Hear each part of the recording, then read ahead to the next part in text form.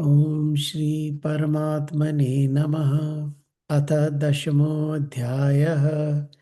श्रीभगवानुवाच तेषामेवानुकम्पार्थम् अहमज्ञानजं तमः आत्मभावस्थः ज्ञानदीपेन भास्वता। अर्जुन उवाच परं ब्रह्म परं धाम पवित्रं परमं भवान् पुरुषं शाश्वतं दिव्यम् आदिदेवमजं विभुम् आहुस्त्वां ऋषयः सर्वे देवर्षिनारदस्तथा असितो देवलो व्यासः स्वयं चैव ब्रवीषि मे सर्वमेतद्रुतं मन्ये यन्मां वदसि केशव न हि ते भगवन् व्यक्तिं विदुर्देवा न दानवा स्वयमेवात्मनात्मानं वेत्थः त्वं पुरुषोत्तम भूतभावन भूतेश देवदेव जगत्पते वक्तुर्मर्हस्य शेषेण दिव्या ह्यात्मविभूतयः याभिर्विभूतिभूलोकान् इमांस्त्वं व्याप्य तिष्ठसि. All right. This is actually we can go faster on these particular ones. In the 10th chapter, which is Vibhuti Yoga, which is Bhagwan's glory basically. It says Bhagwan actually starts with Shrudu me paramam vachaha. Listen to my the divine words. So once who knows my vibhuti and yoga, that's what Bhagavan is talking about, in its essence, for that he never, he's never shaken. That's what we had heard so far. Avinkampena yoga. Avikampena means, vikampa means um, oscillating. So avikampane, steady, steadfast. Then he becomes steadfast in my understanding. So the ones who people, once they come to know of Paramatma, which is the origin, its creation, its all activity, he is the support for everything. Once we understand that, they talk about it, कहते हैं, bodhayanta parasparam. They just talk about like we are doing it today. So this is what it is, bodhayanta parasparam. So we discuss about it because we are so enthralled by it, we are so fascinated by it, we are so actually consumed by it. Wow, what a thing. What can be greater than that? That's the ultimate goal. So what is the result of it? Tushyanti cha ramanti cha. Tushyanti means that there is a total peace, there is total satisfaction. कहते हैं तुष्ट हो गए, मतलब that is the that I don't have anything more to gain. So that kind of ramanti. Ramanti means the joy, expression of that ananda. Ramanti. I'm reveling in that. So this is what it is. So now the 11th verse is talking about Tesha Meva Anukampa. Anukampa is when it is done out of love. Says it is not transactional. We do it just because you want to do it, like we do it for kids. They are not, we are not expecting anything from, I'm talking about little kids. Older kids, we expect a lot from them. That is different. So we do it because that's what we feel um, as a duty, as a love for. So Agyanajam tamaha. That tamaha, that darkness. Darkness means ignorance. Agyanajam means that which is born out of agyan, not knowing what the truth is. I have created my own sense of what is real, so my reality, that's what we call it. So Bhagavan says, I remove that. Nashayatma, yatma, that means I am going to destroy that bhavastha. How do I do that? Gyan deepena bhavastha.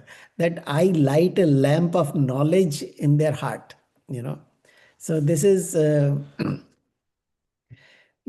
like base meaning. But anukampa is where I feel so much love for the people, for the my devotees, that that I want them to feel liberated. I want them to be free. I want them to really feel the joy of life, So that is what that anukampa is that Bhagwan is talking about, So th- that is, Bhagavan says, seated in your antakarana, I light that lamp because the devotee's heart, because in devotee's heart, there may be a lot of desires, a lot of sankalpas, the Bhagavan says that darkness because of which they are feeling limited, they feel stress, frustration, all kinds of things, because all those things are born out of tamaha. Tamaha means ignorance. Born out of ignorance, that darkness that they feel, that oh, that I don't see a way out, I don't see how I will get out of it. So that kind of thing, Bhagavan says, I remove it by how do I do that? I light a lamp. Gyan deepena bhasvata.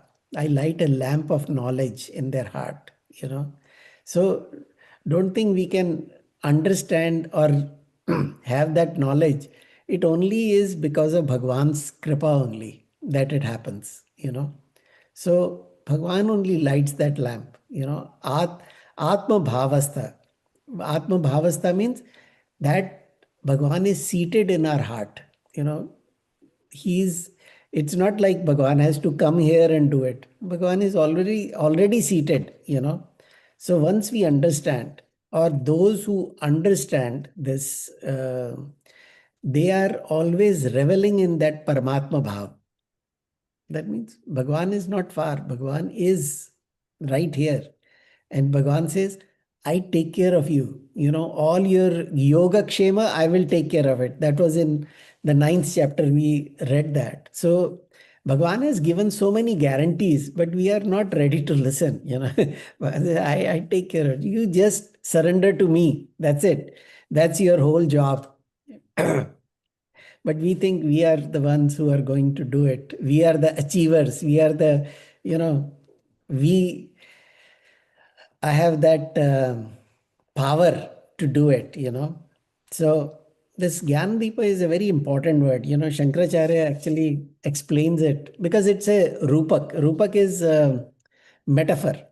So it's a metaphor, Gyanadipa. It's not an actual lamp. It says in a deepa, there is this base, there is the ghee, there is the wick, which is lit, and there is a protector which protects it from the wind, So, what is the wick? It says wick is the sadhana. Um and it is soaked in ghee, where ghee is the bhakti prasad. That means the which is when I am so much in love with Bhagavan, based on that love, I attain that peace, a shanti, and that, so where there is love, there is peace, there is shanti. And where there is peace, there is ananda. So that relationship is there. So that is the bhakti prasad. So that ghee is of bhakti, and protector from the wind is our sadhana. This is brahmacharya, titiksha. All these things are our protectors from the wind, outside winds that are coming in, all the different desires that are being born. So we protect it from our sadhana. And the base, the plate is the antakaran, which is virakta. Virakta means it doesn't have any malice in it. So that is beyond any raga dvesha. Malice is only of raga dvesha, likes and dislikes. So that is the and the air which is actually, I'm not talking about wind, I'm talking about the air which is required to burn that, is mat bhavana abhinivesh, which means heart which is overwhelmed with the feeling of divinity. That's the metaphor that Shankaracharya has talked about. So that is what the which means that withdrawing from the sense objects, um, the or the we don't have to withdraw from the sense object, because we cannot. But what we can do is withdraw from the raga dvesha in the sense objects. That's what withdrawing means. That if it comes, good. If it doesn't come, great. So that kind of relationship when we have with the outside world, then it doesn't bother us. It is when we have that sankalpa that my sukha is dependent on this object or this relationship or whatever else, the money or whatever else is what we have thought of. But the point is, it is not.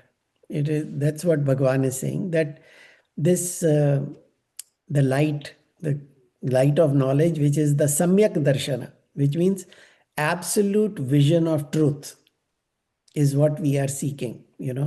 And gained by the nidhi dhyasana, which comes in sequence of shravanam, mananam, and so Bhagavan says this yoga and vibhuti, which is the uh, yoga is Bhagavan's power, which is the both para and apara prakriti. And the vibhuti is the manifestation in many forms, that everything that we see is Bhagavan's vibhuti only. It's Bhagavan's manifestations, different forms. So when we open our eyes, what we see is Bhagavan's vibhuti. When we close and do meditate on, we see the yoga. So that's what. um so once that is achieved, it is never lost. So now Arjuna is so filled with Bhagavad Bhava. He's so much in love with what Bhagavan is saying that it's his turn to talk about it. Really speaking, till the 10th chapter, Bhagavan, or 10th chapter, after ninth chapter, Bhagavan didn't wait for any question. He just started on, this is my Vibhuti Yoga, all that Bhagavan's words had started pouring in. And he got so overjoyed with it, so overwhelmed with it. Then here Arjuna starts to sing the praise of Bhagavan. He says, Param Brahma Param Dhama, Pavitram Paramam Bhavan, Purusham Shashwatam Divyam, Adi Deva Mujam Vibhum. So these are different ways that he has talked about Bhagavan, giving, how we have to, when we glorify somebody, we give so many different names to that, So, Ahustva Rishaya Sarve, Deva Rishi Naradastata, Asito Devalo Vyasaha, Swayam Chaiva Bravishi me. Ahustvam. Ahustvam means they say this about you. What they say? Who says it? Rishis survey. All the rishis are talking about you this way, what Bhagwan has been talking about. He says, this is what rishis are talking about, What they say about you, you are the supreme. You are the Param Brahma. You are like the ultimate, the substratum of everything, which is in a both unmanifest and manifest. You are, and you are the supreme dham, param dham. Dham means abode. Everything that we can imagine basically rests on Brahman only, That's what it is. You are the supreme dham, ultimate destination, ultimate goal for everybody. And Param Pavitram Bhavan, O Bhavan, O means O great one, you are the Param Pavitram. Param Pavitram, you are the most pure, or we can say you are the uh, purifier of everything. That by just chanting your name, everything gets purified. Pavitra nam pavitram yo, Mangala nam cha mangalam. That means you are the one that, because of which everything gets purified, and Mangala nam cha mangalam, and you bring the auspiciousness to everything. You are the most blissful, auspicious, or you provide the bliss to all. This is singing Bhagwan's glory. This is what Arjuna is talking about. Uh, when we say Param Brahma, we are talking about the Nirgun Nirakara Roop of Brahma. Param Brahma, Param Dhama. Param Dhama is the absolute nature of Paramatma, giving refuge to all, which is the Ishwar Swarup. So एक निराकार निर्गुण निराकार रूप और एक ईश्वर रूप.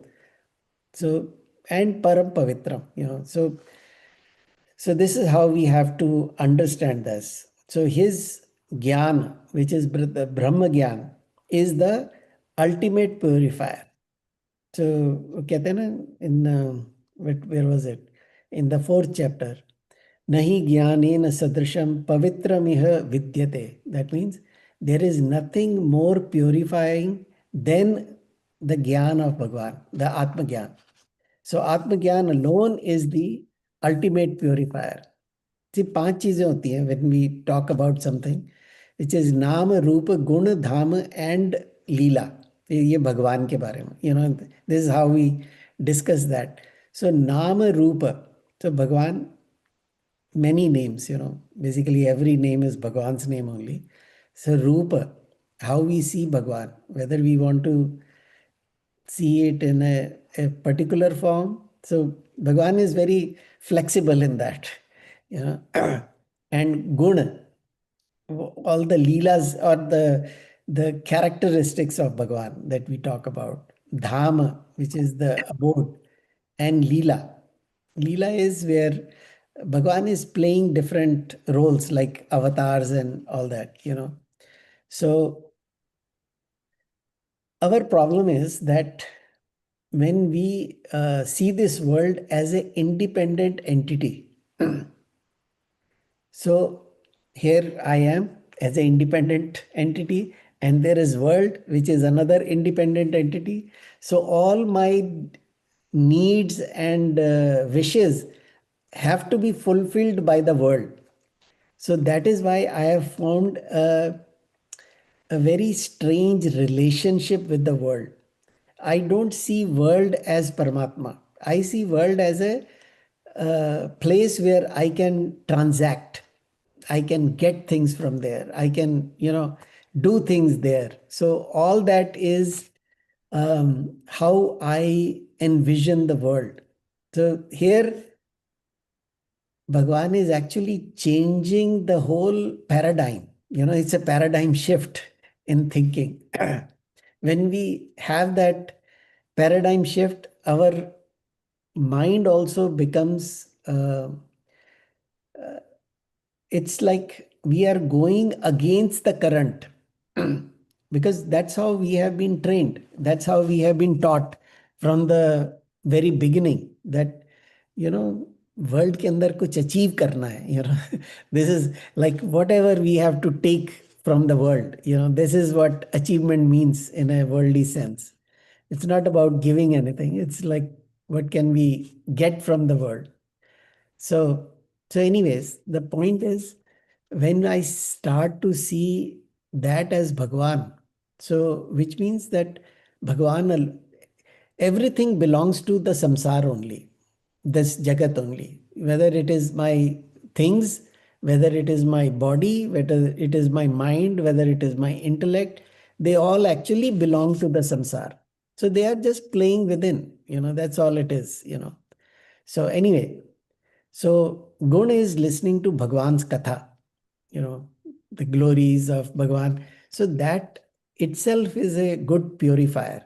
The more we listen to it, the more we start to uh, see the role of Bhagwan in our life. See, right now, the role of Bhagwan in our life is if I need something, and I can't get it by my little means that I have, then I take refuge in Bhagwan, go to temple, do something. But, or when I am in some kind of a suffering, then I look for a way out of it. So this is what, जैसे, in Purush Suktam, we had talked about it earlier, Sahastra Sirsha. Uh, so everything is Bhagwan only, but it stays 10 fingers away. Sahastra Sirsha, Purusha, Sahasrakshat, Sahasrapad, Sabhumim Vishwato Bhratva, Atyatishta Dashangulam. It stays. So, which means, though it is supported by it, it is everything is because of Bhagwan, but the it is not like Bhagwan has become that. It's only Bhagwan's play. That's what it is. So, and then it says Shashwatam, that you are beginningless and you are always there. Shashwat means old, ancient. You have been there from you are the first primordial being, because of which everything else exists. And you are Divya, divine. Your knowledge is divine. That's how, um, and it is untouched by anything, which means I don't need anything else for this. This is it. Uh, so that means there is no dosha in it. So Adi Deva. Adi Deva means the ancient Chaitanya Sarupa. That, so you are the original being, and from where this whole world has come about. Ajam. Ajam means unborn. Vibhum, appearing as many. So you are the one that is. So then Krishna is thinking, where did you learn all that? Oh Arjuna.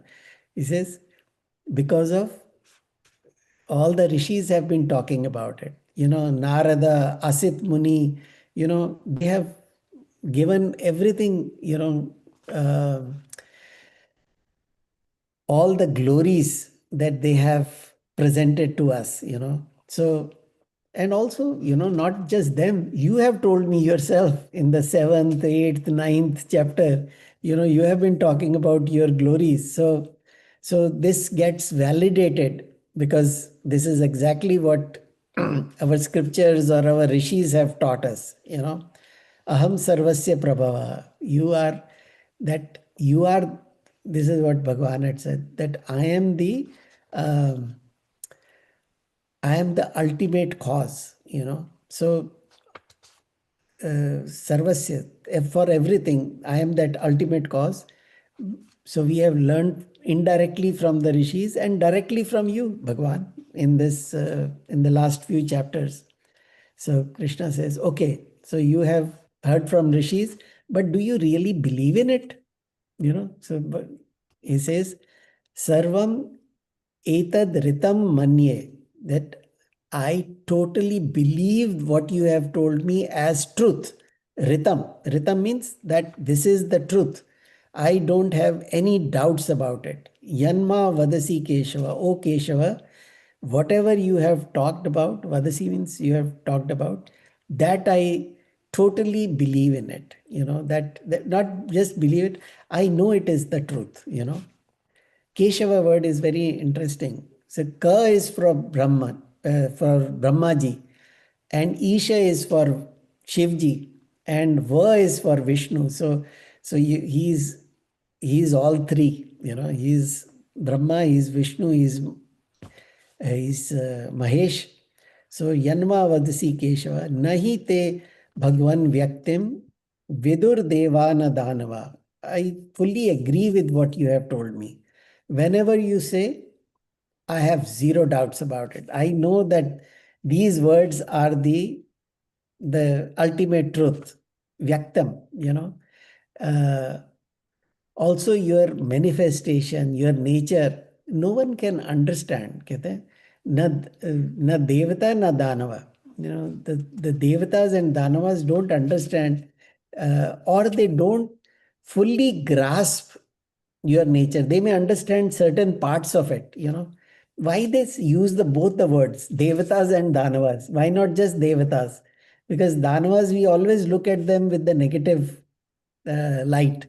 But here, Danavas are also very important because they are the one who have done so many austerities. So Devas have got it, like easy because of their past karmas. But the Danavas, the Rakshas, they have done lot of austerities. They have done a lot of penance to get the boons from you. So that means that you cannot get it nor by the divine grace or whatever, or by the self effort. That is not achievable through that. जैसे तुलसीदास जी ने भी कहा है, he has said, सोई जानहि जेहि देव जनाई. Only those people will know who you have decided to give, that okay, you get that, that's what. Janat tumhi hoi jai. The one who, once they understand you, they understand that I am no different from you. So that's like a ultimate Vedantic statement, especially the Advaitic Vedanta statement. So this is like what Arjuna is talking about here. He's singing the glory of Bhagwan. Swayamevatmana natmana. Let me cover one more because this is singing the glory of Bhagwan only. Swayamevatma natmanam vetha tvam purushottama. Who knows you? You only know yourself. Who else can know you? You are the one who know yourself by yourself. So you are the instrument of knowing, you are the subject of knowing, and you are the object of knowing. There is nothing other than you. So who else can know you better than yourself? So Vetam Tvam Purushottama. You are the ultimate Purushottama. Purushottama is beyond. Purusha is in our uh, uh, scriptures. It is used for that divine Ishwar, that's Purusha. Purushottama, that means there is nothing beyond that. So Bhut Bhavana Bhuteshu, you are the creator of all beings, you are the Lord of all beings. Bhut Bhavana Bhuteshu, Deva Deva Jagatpate. You are, Devo ke Dev. You are the Lord of all lords. So You are the Jagatpate. You are the ultimate, so many addresses that Arjuna has talked about in this few verses here, that it's like, how can I sing glories of you, Bhagwan? You only know yourself. Nobody else can know you. So, Lord of all bhutas. Bhuta means the all the beings. So you are the bhuteshu. Sometimes, like sometimes the parents think they have given birth to the kids, so they have control over them, but they have zero control over them. So they can be that they may have the putra bhavana, that this is my putra, but they are not putreshu. They are not the lord of the kids. They don't have any such powers. But the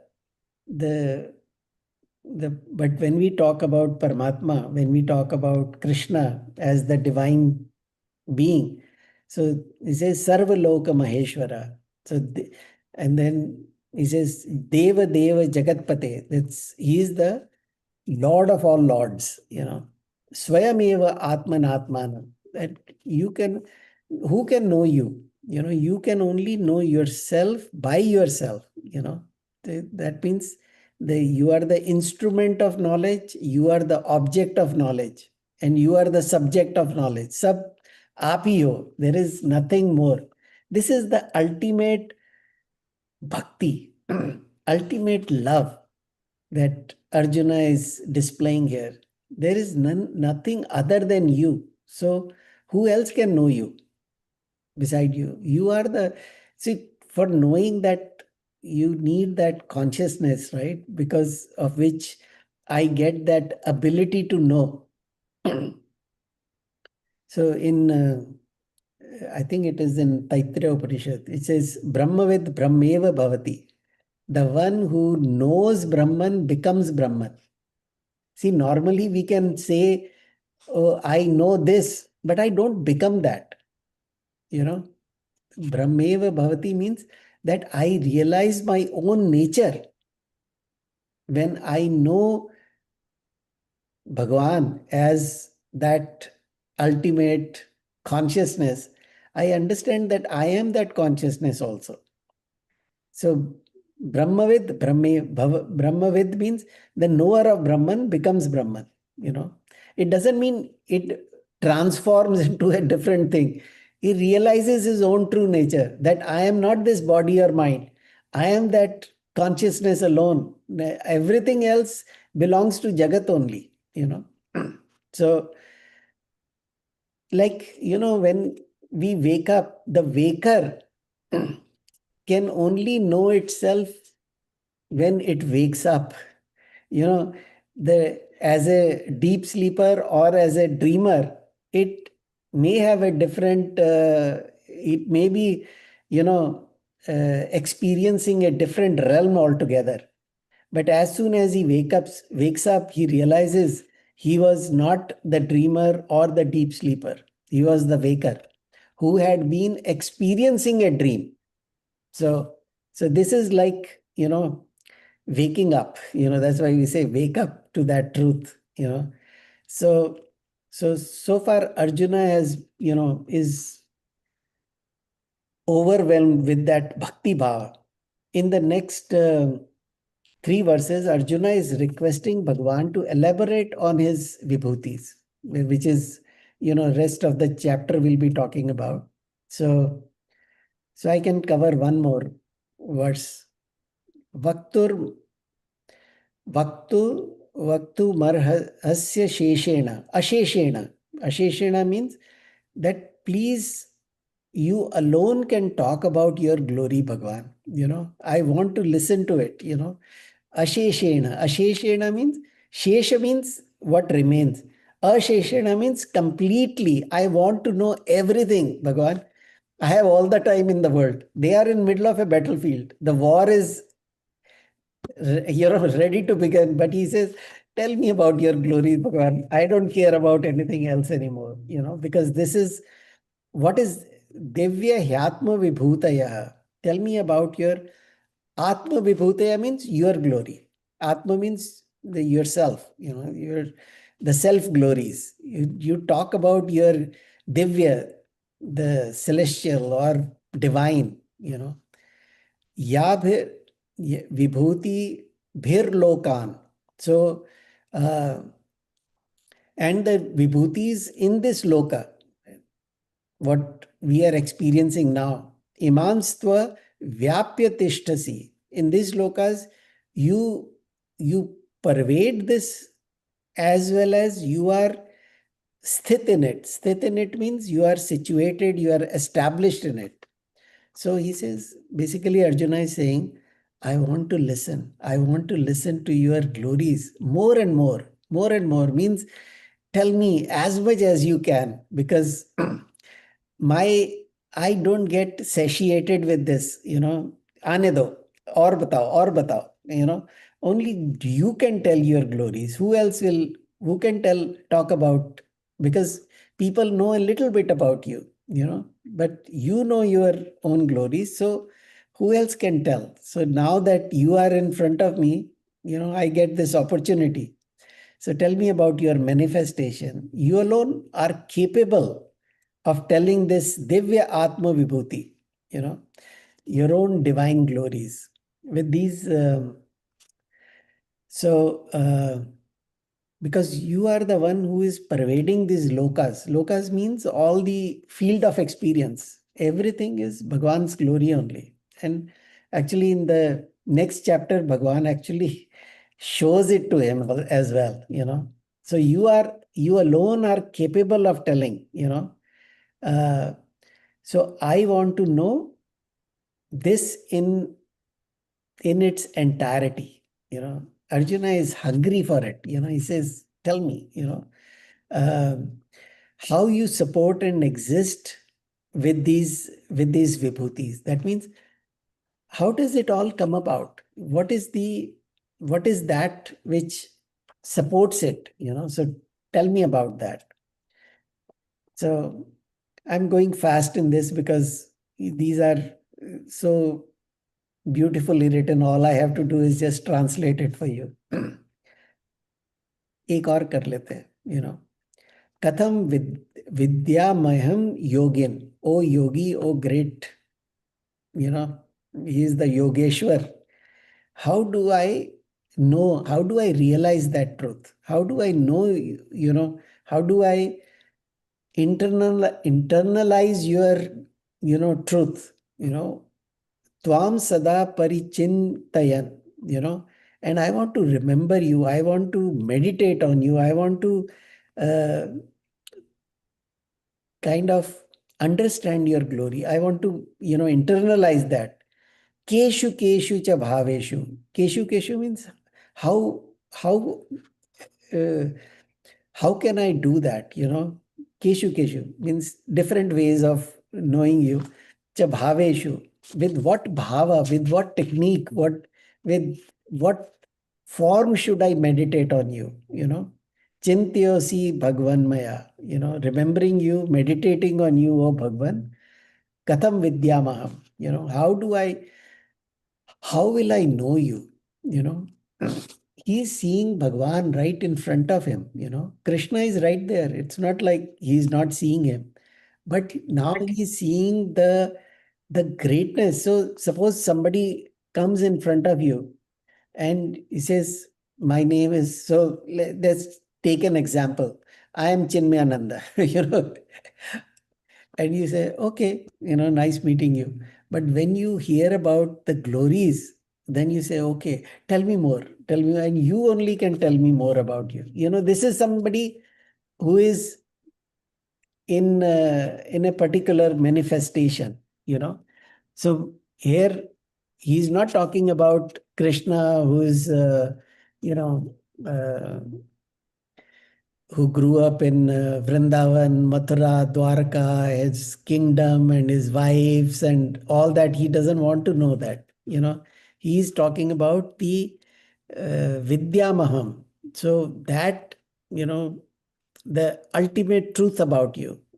So how do I focus on you? How do I think about you? That's what he is asking, Do I think about you as Krishna, as my friend, or is there something more, So this is the question that bhaktas have, because he's a bhakta now, from, if you think about it, from the time of his first chapter where he was telling Bhagwan, forget about this war, I'm going, he's not even asking Bhagwan, he's telling Bhagwan.